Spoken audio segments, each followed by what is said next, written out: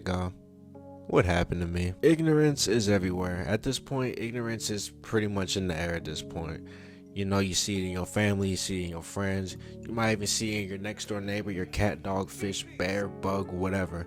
Pet bear, what? This is not Russia, what? But, you know, pretty much you see it everywhere. And don't act like you perfect. I'm not going to act like I'm perfect either. We're all pretty ignorant. I feel like I can be a pretty ignorant person myself too. There's a lot of stuff that I don't want to hear or I'm not trying to hear. That's why I wish we could just on command, like just whenever we want to.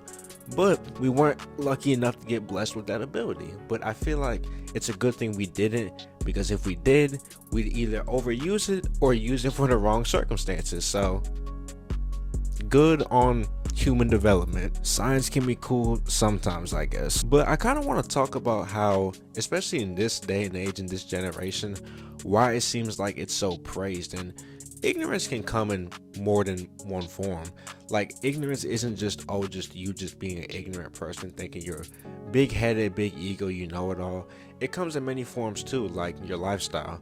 And I feel like with pretty much majority of stuff that I discuss and stuff in this day and age, social media is usually the root cause of it. You have a lot of people living and pushing out the fast lifestyle of, oh, I got all this money, I got these weapons, substances, etc., right?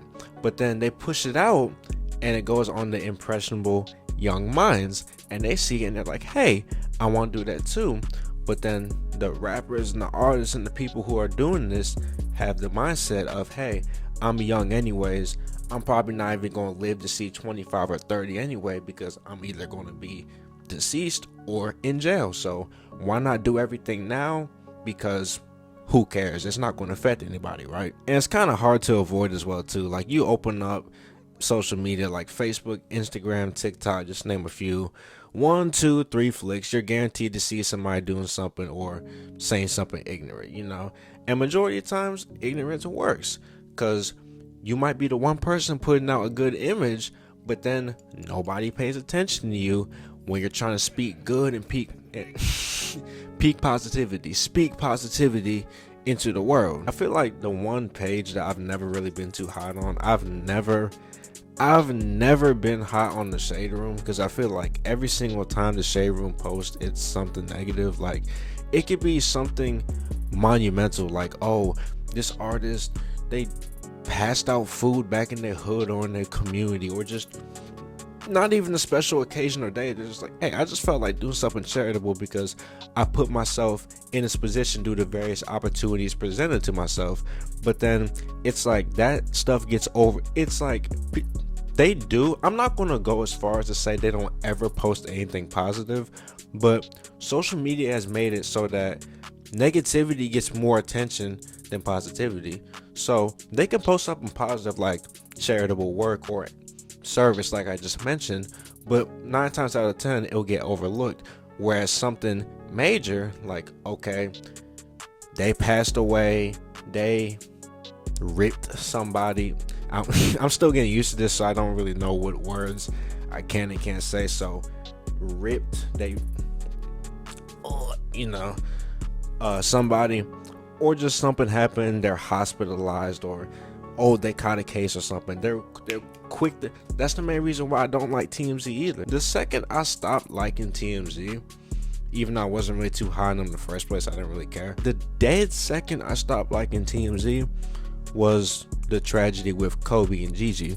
So I don't know if y'all remember, but what happened was that news came out that the plane crashed, and even before news came out that they were confirmed to be deceased, they were quick to post that they were deceased. So they put out they were deceased before officials put out they were deceased.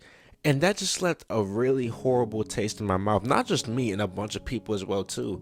Like, you're so quick to be the first one to hop on this tragedy that is terrible, you know? So it's like, you're just so quick to hop on that negative press to get a reaction. They can't redeem themselves in any way, shape, or form, so that's why I'm going to stop talking about them now. So many people follow them and see them as a reputable source, because I know if anything happens, I can rely on the shade room to get my scoop.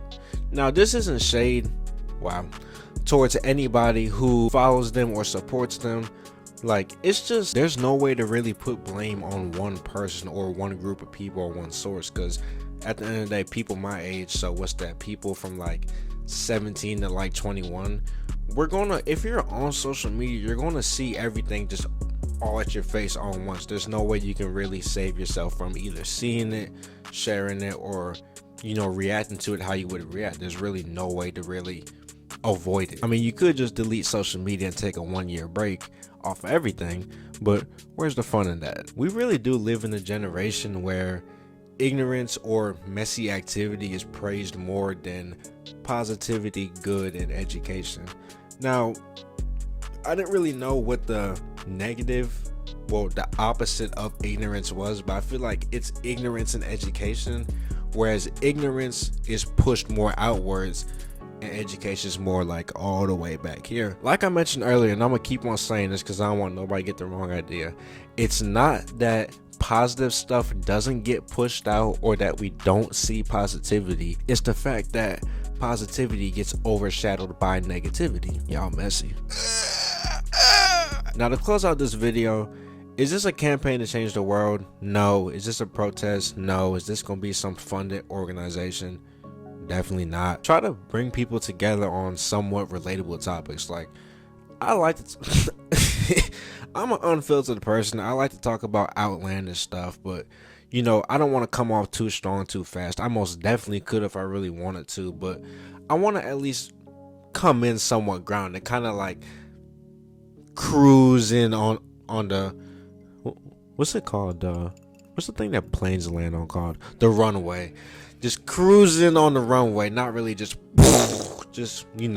like, I'm not trying to do all that. I could if I wanted to, but have a more grounded, stability, have a more stable approach. But yeah, just put this out to see who can relate to it.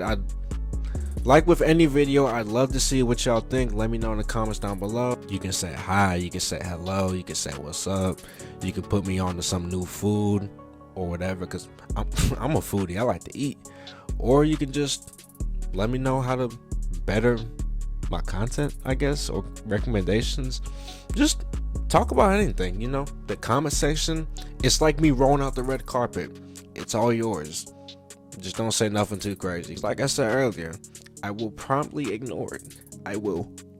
But yeah, that's the end of this video, y'all. Make sure y'all like I said, comment, talk, have a little conversation with somebody. Some of y'all probably need to get out the house, touch grass, get some butt. Share this video out to as many people as you can. Maybe you was having a conversation about this earlier, like, hey, he made a video talking about what we was just talking about. Oh, that's crazy. Oh, share the video, and most importantly, subscribe. Road to 100, then road to 500, and then once we get to 500, I was gonna say I'd lay low, but I'm gonna keep it up. I'm gonna keep it consistent. So let's try to hit 100 subscribers by June, which is my birth month. Let's hit 100 subscribers before June. I know we can do it. I know y'all can do it. It's right there. It's right there. It's like you're playing with a cat, like with the little toy. And most importantly, let me know what's the move with y'all.